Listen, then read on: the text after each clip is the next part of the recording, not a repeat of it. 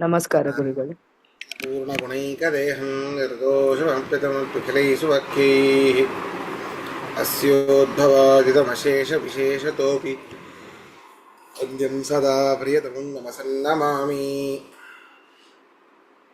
ಅಭ್ರಮಂ ಭಂಗರಹಿತಂ ಅಜಡಂ ವಿಮಲಂ ಸದಾ ಆನಂದತೀರ್ಥಮತುಳಂ ಭಜೆ ತಾಪತ್ರಯಾಪಹಂ. पृथ्वीमण्डलमध्यस्थाः पूर्णबोधमतानुगाः वैष्णवाः विष्णुहृदयाः तान् नमस्ये गुरून् मम. नमः श्रीपादराजाय नमस्ते व्यासयोगिने नमः पुरन्दरार्याय विजयार्याय ते नमः.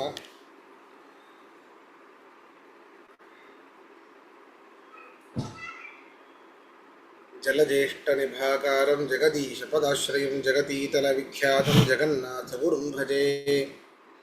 तपस्वाध्याय शुश्रूषा कृष्णपूजारतं मुनिं विश्वेशम् इष्टदं वन्दे परिव्राट् चक्रवर्तिनं. श्रीगुरुभ्यो नमः. हरि ओम्. व्याप्तिसन्धि ಮೂರನೆಯ ಸಂಧಿ. ಸ್ತ್ರೀ ನಪುಂಸಕ ಪುರುಷ ಭೂ ಸಲಿಲಾನಲಾನಿಲ ಗಗನ ಮನಶಶಿ ಭಾನುಕಾಲ ಗುಣ ಪ್ರಕೃತಿಯೊಳಗೊಂದು ತಾನಲ್ಲ. ಹೀಗೆ ಪ್ರತಿಯೊಂದನ್ನು ಹೇಳಿ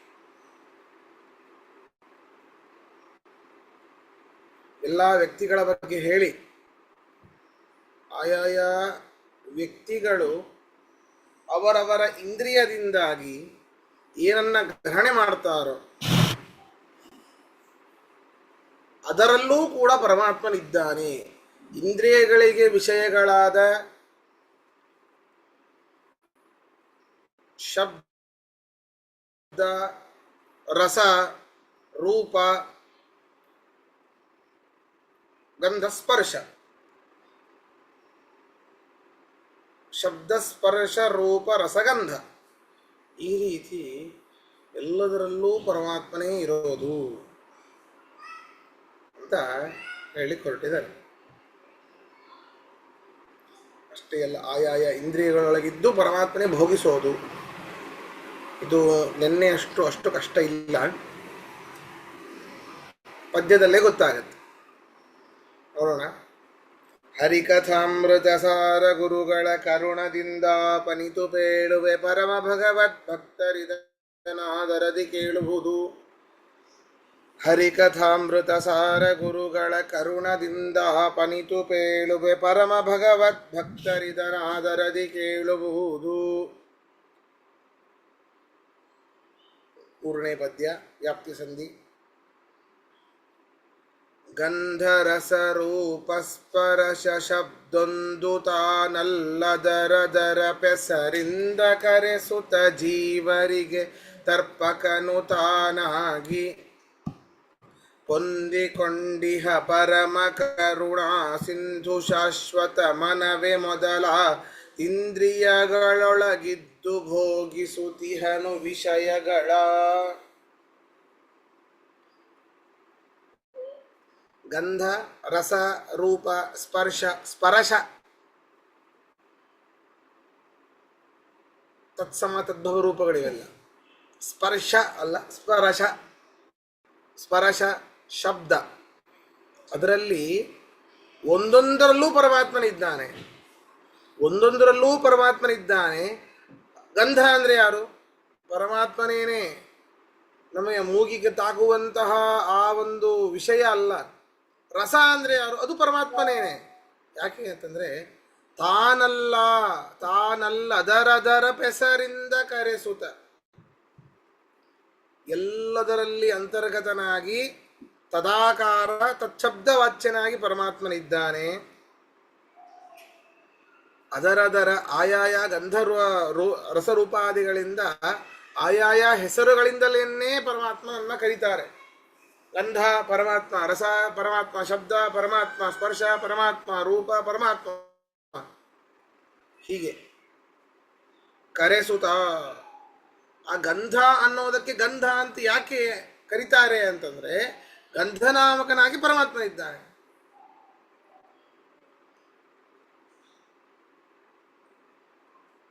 ಹೀಗೆ ಜೀವರಿಗೆ ತರ್ಪಕನು ತಾನಾಗಿ, ಸಮಸ್ತ ಜೀವರಿಗೆ, ತ್ರಿವಿಧರಾದಂತಹ ಜೀವರಿಗೆ ಆಯಾಯ ಇಂದ್ರಿಯಗಳಿಂದ ಆಯಾಯ ವಿಷಯಗಳನ್ನು ಹೊಂದಿಸೋದು ಮಾಡ್ತಾ ಇದ್ದಾನೆ.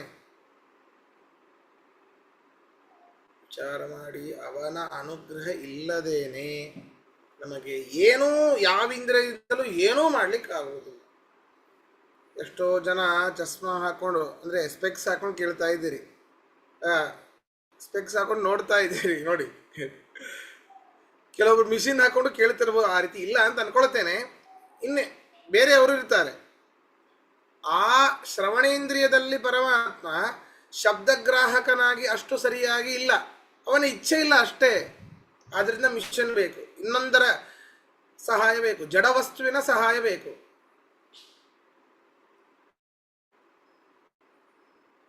ಚಸ್ಮಾ ಹಾಕೊಂಡು ಅಕ್ಷರಗಳನ್ನು ನೋಡ್ತಾ ಇದ್ದೀವಿ, ಕಣ್ಣಿನಲ್ಲಿ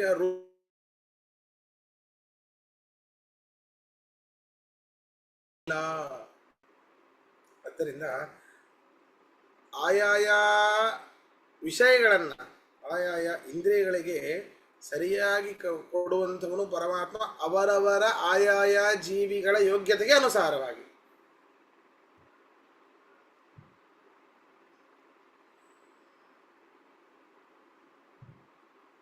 ಹೊಂದಿಕೊಂಡಿಹ ಪರಮ ಕರುಣಾ ಸಿಂಧು, ಬಹಳ ಕರುಣಾ ಸಿಂಧು ಅಪ್ಪ ಅವನು. ಹೊಂದಿಕೊಂಡಿಹ ಅಂತಂದ್ರೆ ಆಯಾಯ ರೂಪರಸಾದಿಗಳಲ್ಲಿ ಇದ್ದಾನೆ, ಆಶ್ರಯ ಮಾಡಿಕೊಂಡು ಇದ್ದಾನೆ. ಪರಮ ಕರುಣಾ ಸಿಂಧು, ಸಮಸ್ತ ಜೀವರಲ್ಲಿ ಪೂರ್ವೋಕ್ತ ಪ್ರಕಾರವಾಗಿ ಅವರವರ ಯೋಗ್ಯತೆಗೆ ಅನುಸಾರವಾಗಿ ಆಯಾಯ ವಿಷಯಗಳನ್ನು ಕೊಡ್ತಾನೆ. ಪರಮ ಕರುಣ, ಇಲ್ಲಿ ಪರಮ ಅಂತಂದರೆ ಉತ್ತಮರು ಅಂತರ್ಥ. ಯಾರು ಉತ್ತಮರು, ಯಾರು ಉತ್ತಮರಾದ ತನ್ನ ಭಕ್ತರು, ಅವರಿಗೆ ಕರುಣಾ ಸಿಂಧು ಅಷ್ಟೇ. ಅವನು ಎಲ್ಲರನ್ನೂ ಉದ್ಧಾರ ಮಾಡಲಿಕ್ಕೆ ಅವನಿಗೆ ಹುಚ್ಚಿಡ್ತಿದೆಯಾ?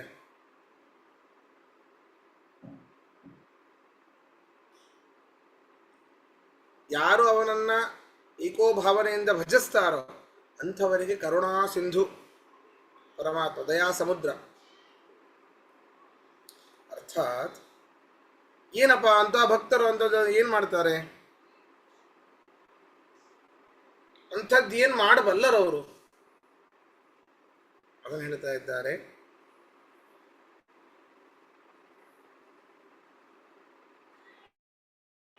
ಅವರ ಪರಮಾತ್ಮನನ್ನ ಪೂಜೆ ಮಾಡುವಂತಹ, ಅರ್ಥಾತ್ ಮಧ್ವಾಚಾರ್ಯ ಕರಾರ್ಚಿತವಾದ ಪ್ರತಿಮೆಗಳನ್ನು ಪೂಜಿಸುವಂತಹ ಆಯಾಯ ಯತಿಗಳಲ್ಲಿ, ಆಯಾಯ ಯತಿಗಳ ಹತ್ರ ಪಾಠವನ್ನು ಕೇಳಿರುವಂತಹ ಆಯಾ ಪಂಡಿತರಲ್ಲಿ ಪರಮಾತ್ಮನನ್ನ ಕಾಣುತ್ತಾರೆ ಭಕ್ತರು.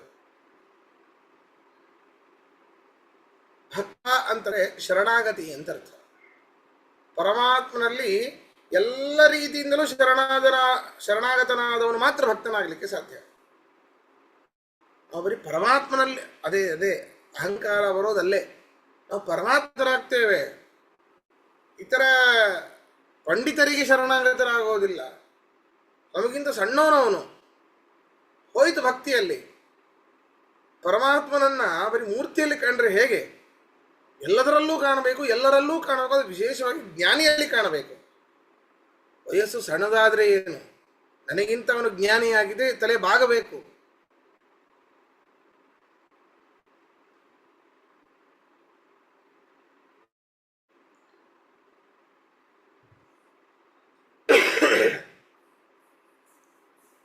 ಹೀಗೆ ಪರಮಾತ್ಮ ಪರಮ ಕರುಣಾ ಸಿಂಧು, ಶಾಶ್ವತ.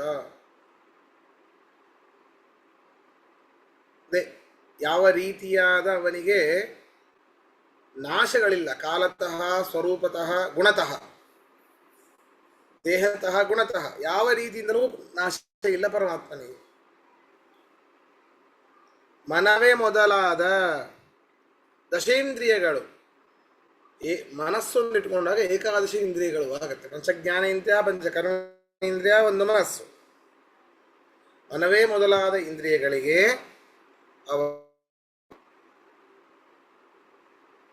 ಇಂದ್ರಿಯಗಳೊಳಗಿದ್ದು ಭೋಗಿಸುತ್ತಿಹನು ವಿಷಯಗಳ. ಅಯ್ಯೋ ನಾನು ತಿಂದೆ, ಅಯ್ಯೋ ನಾನು ನೋಡಿ ಅಯ್ಯೋ ನಾನು ಮೂಸಿದೆ, ಆಹಾ ಎಂಥ ಆನಂದ, ಖುಷಿ ಪಡ್ತಾ ಇರ್ತೇವೆ. ಆಹಾ ಎಷ್ಟು ಸೆಕೆ, ಫ್ಯಾನ್ ಹಾಕೊಂಡು ಆರಾಮಾಗಿ, ಕೆಲವರು ಎ ಸಿ ಹಾಕೊಂಡು ಆರಾಮಾಗಿ ಕುಳಿತಿದ್ದೀವಿ. ಹೌದಾ? ಆ ಸುಖ ನನಗಾಗ್ತಾ ಇದೆ ಅನ್ನೋ ಒಂದು ಮೂರ್ಖತನದ ಪರಮಾವಧಿಯಲ್ಲಿ ನಾವಿದ್ದೇವೆ. ಒಳಗಡೆ ಇದ್ದು ಪರಮಾತ್ಮ ಅನುಭವಿಸುವಂಥದ್ದು. ಅಹಂ ಸುಖಿ ಅಹಂ ದುಃಖಿ,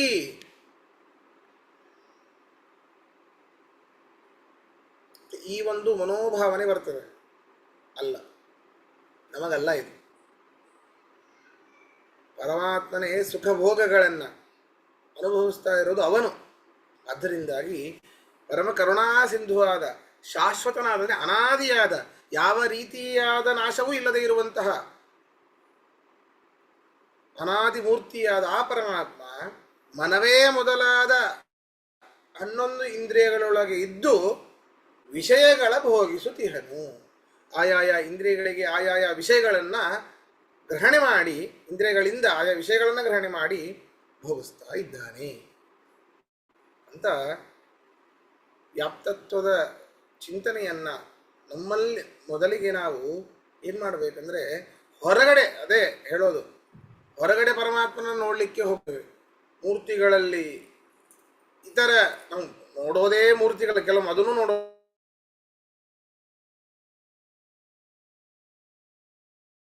ಒಂದು ಅಧಿಷ್ಠಾಪಿತವಾದ ಪ್ರತಿಷ್ಠಾಪಿತವಾದ ಮಧ್ವಾಚಾರ್ಯರಿಂದ ಹೇಳಲ್ಪಟ್ಟಂತಹ ತಂತ್ರ ಸಾರೋಕ್ತವಾದ ಒಂದು ಅದ್ಭುತವಾದ ಪರಮಚೇತನ ಇದೆ, ಪರಮಾತ್ಮನ ಇದ್ದಾನೆ ಅನ್ನೋ ಅನುಸಂಧಾನ ಬರೋದಿಲ್ಲ. ಆ ಮೂರ್ತಿಯಲ್ಲಿ ಬಲ ಬರಬೇಕು ಅಂತಂದರೆ ಪ್ರತಿಮಾಯಾಂತು ಸಾನ್ನಿಧ್ಯಂ ಅರ್ಚಕಸ್ಯ ತಪೋಬಲಾತ್. ಪ್ರತಿಮೆಯಲ್ಲಿ ಆ ದೇವತಾ ಸಾನ್ನಿಧ್ಯ ಬರಬೇಕು ಅಂದರೆ ಅರ್ಚಕನ ಒಂದು ತಪಸ್ಸಿನ ಬಲದಿಂದಾಗಿ ಬರ್ತದೆ. ಆ ರೀತಿ ಅದು ಬರಲಿ ಬಿಡಲಿ, ಅದು ಅವರಿಗೆ ಬಿಟ್ಟಿದ್ದು. ಆದರೆ ನಾವಾದರೂ ಚಿಂತನೆ ಮಾಡಬೇಕು, ಮೂರ್ತಿಯಲ್ಲಿ ಪರಮಾತ್ಮನಿದ್ದಾನೆ, ಅವನನ್ನು ನೋಡಲಿಕ್ಕೆ ಬಂದಿದ್ದೇನೆ ಹೊರತು ಮೂರ್ತಿಯನ್ನಲ್ಲ. ನಾವು ಮೂರ್ತಿ ಹತ್ರ ಹೋಗಿ ಕಣ್ಣು ಮುಚ್ಕೊಳ್ಳೋದು ಅದಕ್ಕೆ. ಮೂರ್ತಿಯನ್ನೇ ನೋಡ್ಲಿಕ್ಕೆ ಹೋಗಿದ್ದೇವೆ ಅಂತಂದ ಮೇಲೆ ಅಲ್ಲಿ ಹೋಗಿ ಕೈ ಮುಗಿದು ಕಣ್ಣು ಯಾಕೆ ಮುಚ್ಕೊಳ್ಬೇಕು? ಮೂರ್ತಿಯನ್ನು ನೋಡಿ ಬಂದರೆ ಇದು ಕೈ ಮುಗಿದು, ಕಣ್ಣು ಯಾಕೆ ಮುಚ್ಕೊಳ್ಳೋದು? ಅದರಿಂದ ಅಂದರೆ ಅದರ ಒಳಗಡೆ ಇರುವಂತಹ ಅದು ಪ್ರತಿಬಿಂಬ ಮೂರ್ತಿ, ಒಳಗಡೆ ಇರುವಂತಹ ಬಿಂಬರೂಪಿ ಪರಮಾತ್ಮನನ್ನು ನೋಡಲಿಕ್ಕೆ ನಾವು ಕಣ್ಣನ್ನು ಮುಚ್ಚೋದು. ಕೆಲವೊಮ್ಮೆ ನೋಡಲಿಕ್ಕೆ ಕಣ್ಣು ಮುಚ್ಚಬೇಕಾಗತ್ತೆ. ಹೇಗಿದೆ ನೋಡಿ, ವಿರುದ್ಧವಾದದ್ದು. ಆದ್ದರಿಂದ ಕಾಣದೇ ಇರೋದನ್ನು ನೋಡಲಿಕ್ಕೆ, ಕಾಣದೇ ಇರೋದನ್ನು ಕಾಣೋ ಹಾಗೆ ಮಾಡಲಿಕ್ಕೆ ಕಣ್ಣು ಮುಚ್ಚಬೇಕಾಗತ್ತೆ. ಹೀಗೆ ಪರಮಾತ್ಮ ಎಲ್ಲದರಲ್ಲಿದ್ದು ಎಲ್ಲ ವಿಷಯಗಳನ್ನು ಭೋಗಿಸ್ತಾ ಇದ್ದಾನೆ. ಈ ರೀತಿ ವ್ಯಾಪ್ತಿತ್ವ ಚಿಂತನೆ ಅಂದರೆ ನಾವು ನಮ್ಮಲ್ಲಿ ನೋಡ್ಕೊಳ್ಬೇಕು, ನಮ್ಮ ಇಂದ್ರಿಯಗಳಲ್ಲಿ ಇದ್ದಾನೆ, ಇಂದ್ರಿಯಗಳಲ್ಲಿದ್ದು ಈ ಒಂದು ಎಲ್ಲ ನಮ್ಮ ವಿಷಯಗಳನ್ನು ಆಯಾಯ ರೂಪದಿಂದಾಗಿ, ಆಯಾಯ ಹೆಸರಿನಿಂದಾಗಿ, ಆಯಾಯ ವಿಷಯಗಳಲ್ಲಿ ಇದ್ದು ಪರಮಾತ್ಮ ಆಯಾಯ ಇಂದ್ರಿಯಗಳಲ್ಲಿ ಇದ್ದುಕೊಂಡು ಅದನ್ನು ಗ್ರಹಣೆ ಮಾಡ್ತಾ ಇದ್ದಾನೆ ಅಂತ ಅನುಸಂಧಾನ ನಮ್ಮಲ್ಲಿ ಬಂದರೆ ಆವಾಗ ಬೇರೆ ಎಲ್ಲ ಕಡೆ ನಾವು ಪರಮಾತ್ಮನ ನೋಡಲಿಕ್ಕೆ ಸಾಧ್ಯ. ಅಂಥವರು ಪರಮರು ಅಂದರೆ ಭಕ್ತರು. ಅಂತಹ ಪರಮರಲ್ಲಿ ಕರುಣಾ ಸಿಂಧು ಆಗ್ತಾನೆ ಪರಮಾತ್ಮ.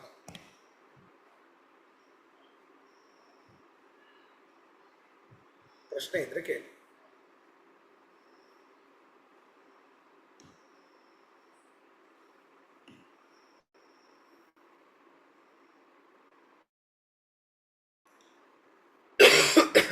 ಸರಿ, ಮುಂದೆ ಹೋಗೋಣ.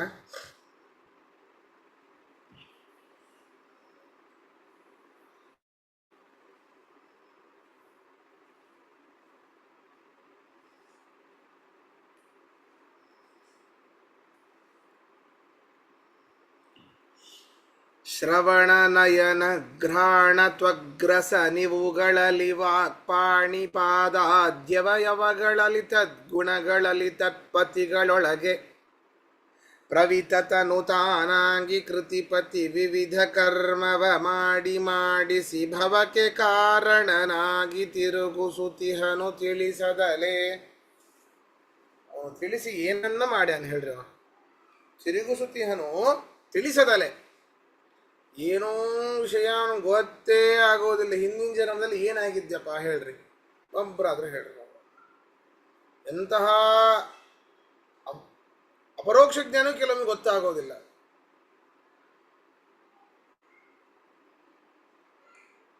ಹೀಗೆ ಈ ಒಂದು ಸಂಸಾರದ ಬಂಧನದಲ್ಲಿ ತಿರುಗಿಸ್ತಾ ಇರ್ತಾನೆ. ಹೇಗೆ? ತಿಳಿಸದಲೆ ತಿರುಗಿಸುತ್ತೀಹನು, ತಿಳಿಸದಲೆ. ಈಗ ಇಂದ್ರಿಯಗಳಲ್ಲಿ ಇದ್ದ ಅಂತ ಹಿಂದೆ ಹೇಳಿದ್ವಿ. ಯಾವ ಇಂದ್ರಿಯಗಳಲ್ಲಿ? ಪಂಚಜ್ಞಾನೇಂದ್ರಿಯ, ಪಂಚಕರ್ಮೇಂದ್ರಿಯ. ಮೊದಲಿಗೆ ಪಂಚಜ್ಞಾನೇಂದ್ರಿಯಗಳನ್ನು ಹೇಳ್ತಾ ಇದ್ದಾರೆ. ಶ್ರವಣ, ನಯನ, ಕಣ್ಣು, ಘ್ರಾಣ, ಮೂಗು, ತ್ವಕು, ಚರ್ಮ, ರಸ, ನಾಲಿಗೆ. ಇವುಗಳಲ್ಲಿ ಅಷ್ಟೇ ಅಲ್ಲ, ವಾಕ್, ಬಾಯಿ, ಪಾಣಿ, ಕೈ, ಪಾದ, ಕಾಲು, ಪಾದಾದ್ಯವಯವಗಳಲ್ಲಿ ಪಾಯು ಉಪಸ್ಥ. ಈ ಪಂಚಜ್ಞಾನೇಂದ್ರಿಯ ಪಂಚಕರ್ಮೇಂದ್ರಿಯಗಳಲ್ಲಿ ತದ್ಗುಣಗಳಲ್ಲಿ, ಆಯಾಯ ಗುಣಗಳಲ್ಲಿ. ಏನು ಗುಣಗಳು? ತ್ವಗೀಂದ್ರಿಯದಿಂದ, ಶ್ರವಣದಿಂದ ಶಬ್ದ ಕೇಳೋದು. ಆಯಾಯ ಗುಣಗಳು ಅಂದರೆ ಹಿಂದೆ ಹೇಳಿದಂಥ ಆಯಾಯ ವಿಷಯಗಳಷ್ಟೇ. ಶ್ರವಣೇಂದ್ರಿಯದ ಶಬ್ದ ಕೇಳೋದು, ಕಣ್ಣಿನಿಂದಾಗಿ ರೂಪವನ್ನು ನೋಡೋದು, ಘ್ರಾಣದಿಂದಾಗಿ ಗಂಧವನ್ನು ಸ್ವೀಕಾರ ಮಾಡೋದು, ಸ್ಪರ್ಶದಿಂದ ಅಂದರೆ ಚರ್ಮೇಂದ್ರಿಯದಿಂದಾಗಿ ಶೀತೋಷ್ಣಗಳನ್ನು ತಿಳಿಯೋದು, ಜಿಹ್ವೆಯಿಂದಾಗಿ ರಸವನ್ನು ಸ್ವೀಕಾರ ಮಾಡೋದು. ಹೀಗೆ ತದ್ವಿಷಯಗಳಲ್ಲಿ ಕೇಳೋಣ ಮೊದಲಾದ 5 ಕರ್ಮಗಳು.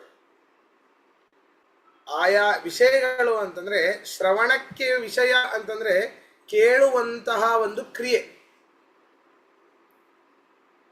ಶಬ್ದ ಅದು ವಿಷಯ, ಶ್ರವಣ ಅದು ಇಂದ್ರಿಯ. ಆ ಎರಡಕ್ಕೆ ಆಗುವಂಥದ್ದು ಏನಿದೆ, ಆ ಒಂದು ಕ್ರಿಯೆ ಚಟುವಟಿಕೆ ಏನಿದೆ ಅದು ಕೂಡ ಅದರಲ್ಲೂ ಪರಮಾತ್ಮನಿದ್ದಾನೆ ಅಂತ ಹೇಳ್ತಾ ಇದ್ದಾರೆ. ಆಯಾಯ ಕರ್ಮಗಳಲ್ಲಿ ಶಬ್ದ ಕಿವಿಗೆ ಬಂದು ಅಪ್ಪಳಿಸುತ್ತೆ. ಈ ಕರ್ಣ ಶಸ್ಕುಲಿಗೆ ಬಂದು ಅಪ್ಪಳಿಸಿದಾಗ ಅದು ಗ್ರಹಣೆ ಮಾಡುತ್ತೆ. ಆ ಗ್ರಹಣೆ ಮಾಡುವ ಒಂದು ಕ್ರಿಯೆ ಇದೆಯಲ್ಲ, ಆ ಕ್ರಿಯೆಯಲ್ಲೂ ಪರಮಾತ್ಮನಿದ್ದಾನೆ. ಗಂಧ ಬಂದು ಮೂಗಿನ ಹತ್ರ ಬರ್ತದೆ, ಆವಾಗ ಗ್ರಹಣೆ ಮಾಡುತ್ತೆ, ಆ ಕ್ರಿಯೆಯಲ್ಲಿ ಪರಮಾತ್ಮನಿದ್ದಾನೆ. ಬಿಸಿ ತಣ್ಣಗೆ ಬಂದು ನಮ್ಮ ಮೈಗೆ ತಾಕತ್ತೆ, ಹಾಕುವಂತಹ ಕ್ರಿಯೆ ಅದರಲ್ಲಿ ಪರಮಾತ್ಮನಿದ್ದಾನೆ. ಹೀಗೆ ಅಷ್ಟೇ ಅಲ್ಲ, ವಾಕ್ ಪಾಣಿಪಾದಾದ್ಯವಯವಗಳಲ್ಲಿ, ವಾಗೀಂದ್ರಿಯದಲ್ಲಿ, ಕರಗಳಲ್ಲಿ, ಕರಗಳಿಂದ ನಾವೇನು ಮಾಡ್ತೇವೆ? ಕೊಡೋದು, ತಗೊಳ್ಳೋದು. ಪಾದದಿಂದ ಗಮನಾಗಮನವನ್ನು ಮಾಡ್ತೇವೆ. ಪಾಯುವಿಂದ ಮಲ ವಿಸರ್ಜನೆ, ಪಾಯು ಇಂದ್ರಿಯದಿಂದಾಗಿ ಮಲ ವಿಸರ್ಜನೆ, ಮೂತ್ರ ವಿಸರ್ಜನೆ, ಮೈಥುನವನ್ನು ಮಾಡ್ತೇವೆ, ಇತ್ಯಾದಿ ಎಲ್ಲ ಕರ್ಮಗಳನ್ನು ಮಾಡ್ತೇವೆ. ಆ ಕರ್ಮಗಳಲ್ಲೂ ಪರಮಾತ್ಮನಿದ್ದಾನೆ. ಈ ರೀತಿ ದೇಹದಲ್ಲಿ ಇರುವಂತಹ ಆಯಾಯ ಅವಯವಗಳಲ್ಲಿ, ತದ್ಗುಣಗಳಲ್ಲಿ, ಅಂದರೆ ಈ ಪಂಚಜ್ಞಾನೇಂದ್ರಿಯಗಳು ಮತ್ತು ಪಂಚಕರ್ಮೇಂದ್ರಿಯಗಳು ಸಾತ್ವಿಕ, ರಾಜಸ, ತಾಮಸ ಗುಣಗಳಿಂದ ಹುಟ್ಟಿರುವಂಥವುಗಳು.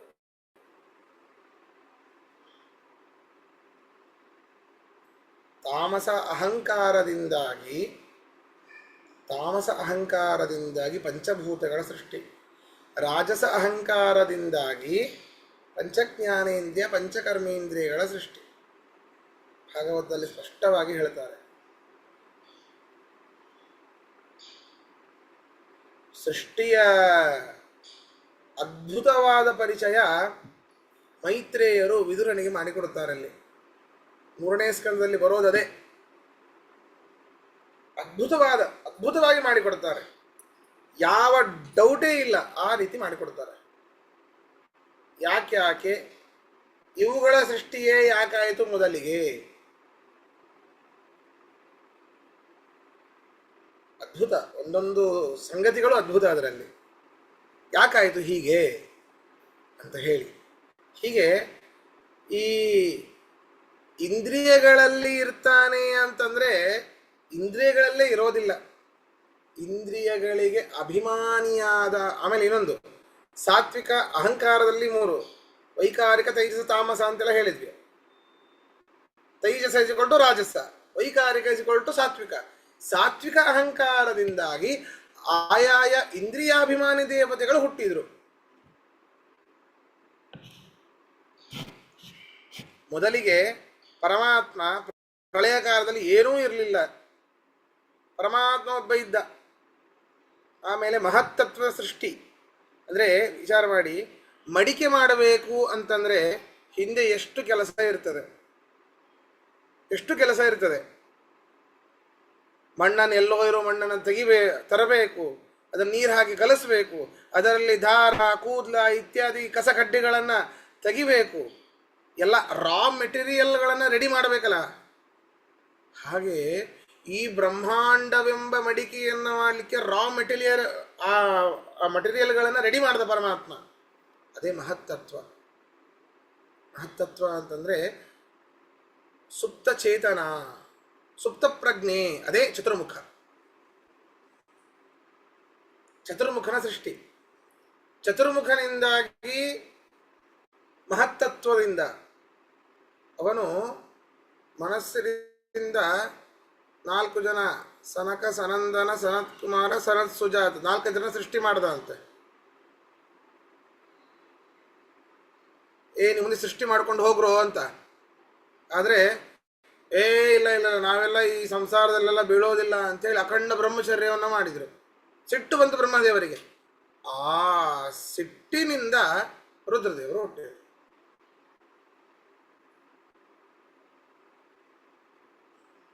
ಆಯ್ತು, ಅಕಸ್ಮಾತ್ ಏನು ರುದ್ರದೇವರು ಹುಟ್ಟುಬಿಟ್ಟಿದ್ದಾರೆ, ಅದೇ ಅಹಂಕಾರ ತತ್ವ. ಆಯ್ತು, ನೀ ಸೃಷ್ಟಿ ಮಾಡಪ್ಪ ಅಂತ ಹೇಳಿದರೆ ರುದ್ರದೇವರು ರೌದ್ರವಾದ ಭೂತಗಣಗಳನ್ನು ಸೃಷ್ಟಿ ಮಾಡಿಬಿಟ್ರು. ಭೂತಗಣಗಳನ್ನು ಸೃಷ್ಟಿ. ಅದಕ್ಕೆ ಅಪ್ಪ ನೀ ಸೃಷ್ಟಿ ಮಾಡಬೇಡ, ಸಂಹಾರ ಮಾಡ್ಲಿಕ್ಕೆ ಮಾತ್ರ ಯೋಗ್ಯತೆ ನಿನಗೆ, ನೀ ಸುಮ್ಮನೆ ಇದ್ದುಬಿಡು ಅಂತ ಹೇಳಿ ನವ ಪ್ರಜಾಪತಿಗಳನ್ನು ಸೃಷ್ಟಿ ಮಾಡ್ತಾನೆ ಚತುರ್ಮುಖ. ಆ ಪ್ರಜಾಪತಿಗಳನ್ನು ಸೃಷ್ಟಿ ಮಾಡಿದ ಮೇಲೂ ಅಯ್ಯೋ ಇದು ಯಾಕೋ ಸೃಷ್ಟಿ ಆಗ್ತಾ ಇಲ್ಲಲ್ಲ, ಹಾಗಾದರೆ ಸೃಷ್ಟಿಯಾಗಬೇಕು ಅಂದರೆ ಬರೀ ಗಂಡಿದ್ರೂ ಸಾಲದು, ಹೆಣ್ಣೂ ಬೇಕು. ಗಂಡು ಹೆಣ್ಣುಗಳ ಸಮ್ಮಿಲನದಿಂದಾಗಿ ಸೃಷ್ಟಿಯ ಆರಂಭ ಅಂತ ಹೇಳಿ ತನ್ನ ಒಂದು ಶರೀರದಿಂದಲೇನೆ ಸ್ವಯಂಭುವ ಮನು ಮತ್ತು ಶತರೂಪ ಇವರಿಬ್ಬರನ್ನು ಸೃಷ್ಟಿ ಮಾಡ್ತಾನೆ. ಅವರಿಬ್ಬರೇ ಎಲ್ಲಕ್ಕೂ ಸೃಷ್ಟಿ ಮಾಡ್ತಾ ಹೋಗ್ತಾರೆ. ಅವರಿಬ್ಬರ ಮಕ್ಕಳೇ ಸ್ವಯಂಭುವ ಮನುವಿನ ಮಕ್ಕಳು ಆಕೂತಿ, ದೇವಹೂತಿ, ಪ್ರಸೂತಿ. ಅವರನ್ನು ಈ ನವ ಪ್ರಜಾಪತಿಗಳಲ್ಲೇ ಕೊಟ್ಟು ಮದುವೆ ಮಾಡ್ತಾರೆ. ಅವರು ಮತ್ತೆ ಸೃಷ್ಟಿ ಮಾಡ್ತಾ ಹೋಗ್ತಾರೆ. ಹೀಗೆ ಸೃಷ್ಟಿಯ ಕ್ರಮ. ಅಂದರೆ ಈ ಸಾತ್ವಿಕ ಅಹಂಕಾರದಿಂದ ಹುಟ್ಟಿದಂತಹ ಆ ಯಾವ ಇಂದ್ರಿಯಾಭಿಮಾನಿ ದೇವತೆಗಳಿದ್ದಾರೆ ಅವರಲ್ಲಿ ಪರಮಾತ್ಮನಿದ್ದಾನೆ ಹೊರತು ಇಂದ್ರಿಯಗಳಲ್ಲಿ ಅಲ್ಲ.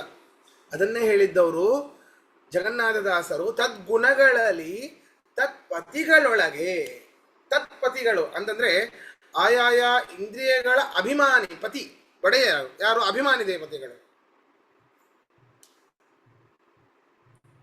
ಕರ್ಣಕ್ಕೆ ಚಂದ್ರ, ಕಣ್ಣಿಗೆ ಸೂರ್ಯ, ವಾಗೀಂದ್ರಿಯಕ್ಕೆ ಅಗ್ನಿ, ರಸನಕ್ಕೆ ಅಗ್ನಿ, ನಾಸಿಕಕ್ಕೆ ಅಶ್ವಿನಿ ದೇವತೆಗಳು, ನಮ್ಮ ಸ್ಪರ್ಶಕ್ಕೆ ಪಂಚಭೂತವಾಯು, ಮೂಲವಾಯು ಅಲ್ಲ, ವಾಯು ದೇವರಲ್ಲ, ವಾಯು. ಹೀಗೆ ಆಯಾಯ ಆಯಾಯ ಇಂದ್ರಿಯಾಭಿಮಾನಿ ದೇವತೆಗಳಲ್ಲಿ ಪರಮಾತ್ಮನಿದ್ದು ಕೆಲಸ ಮಾಡ್ತಾನೆ. ಏನು? ಪ್ರವಿತತನುತಾನಾಗಿ ಅಂದರೆ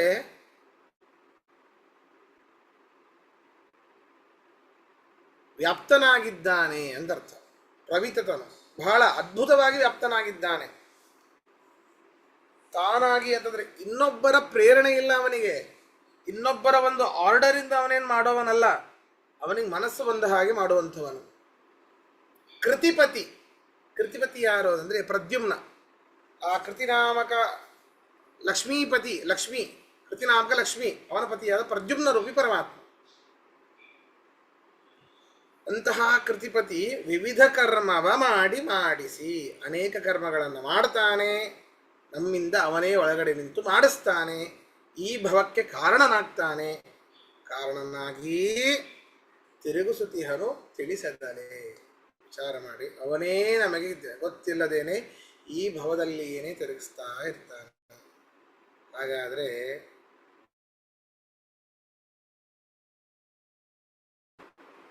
ನಮಗೆ ಮೋಕ್ಷ ಬೇಕು ಅಂತ ಅನ್ಕೊಳ್ಳೋದೇ ತಪ್ಪು. ನಮ್ಮ ಪರಮಾತ್ಮನ ನೆನಪಿದ್ರೆ ಸಾಕು, ಅವನು ಒಲಿದ್ರೆ ಸಾಕು ರೀ, ಅಷ್ಟೆ. ಮುಂದಿನ ಅನೇಕ ಜನ್ಮಗಳಲ್ಲಿ ಅವನ ಒಂದು ಸ್ಮರಣೆ ಸಾಕು, ಅದು ಬೇಕು. ಅಷ್ಟೇ ಜನ್ಮ ಬರಲಿ, ಇಲ್ಲೇ ಹಾಕು, ಆದರೆ ನಿನ್ನ ಭಕ್ತಿ ಮಾತ್ರ ಸದಾ ನನ್ನ ಹೃದಯದಲ್ಲಿ ಇರಲಿ. ಇದೊಂದು ಕೇಳಬಹುದೇ ಹೊರತು ಇನ್ನೇನೂ ಕೇಳಲಿಕ್ಕೆ ನಮ್ಗೆ ಯೋಗ್ಯತೆಯೇ ಇಲ್ಲ. ಯಾಕೆ? ನಾವೇನೂ ಮಾಡೇ ಇಲ್ಲ. ನಾವೇನಾದರೂ ಮಾಡಿದ್ವಿ, ನಾನು ಹೀಗೆ ಮಾಡಿದ್ದೀನಪ್ಪ, ನಾನು ನಿನಗೆ ಇಷ್ಟು ಮಾಡಿದ್ದೀನಪ್ಪ, ನೀ ಏನು ಮಾಡಿ ಅಂತ ಕೇಳ್ತಾನ. ನೀ ಏನು ಮಾಡಿ ಏನು? ಎಲ್ಲವೂ ನಂದೇ, ನಾನು ಮಾಡಿದ್ದು ನಾನೇನಿಲ್ಲ, ನಿಂತು ಮಾಡಿಸಿ ನೀ ಕೇಳದೆ ಹೋದರೂ ಕೆಲವೊಮ್ಮೆ ಕೇಳಿದಾಗಲೂ ನಾನು ಕೊಟ್ಟಿದ್ದುಂಟು, ಆದರೆ ಇಷ್ಟು ಮತ್ತೆ ಡಿಮ್ಯಾಂಡ್ ಮಾಡ್ತಾ ಇದ್ದೀಯಾ ಅಂತ ಪರಮಾತ್ಮ ಹೇಳ್ತಾನೆ. ಅದರಿಂದಾಗಿ ನಮ್ಮದು ಅನ್ನೋದು ಏನೂ ಇಲ್ಲ. ಭವಕ್ಕೆ ಕಾರಣನಾಗಿ ತಿರುಗಿಸುತ್ತಿಹನು ತಿಳಿಸದಲೇ. ಗೊತ್ತಿಲ್ಲದ ಹಾಗೆಯೇ ನಮ್ಮನ್ನು ಈ ಸಂಸಾರದಲ್ಲಿ ತಿರುಗಿಸ್ತಾ ಇದ್ದಾನೆ, ತಿಳಿಸಿದಲೇ ಅಂತ ಹೇಳ್ತಾ ಇದ್ದಾನೆ. ಪ್ರಶ್ನೆ ಇದ್ರೆ ಕೇಳಿ.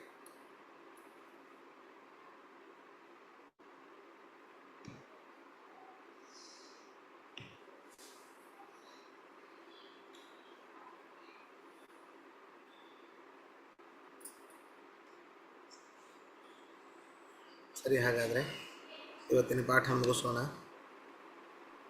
ಶ್ರೀಕೃಷ್ಣಾರ್ಪಣಮಸ್ತು, ದ್ವೇಷಾರ್ಪಣಮಸ್ತು.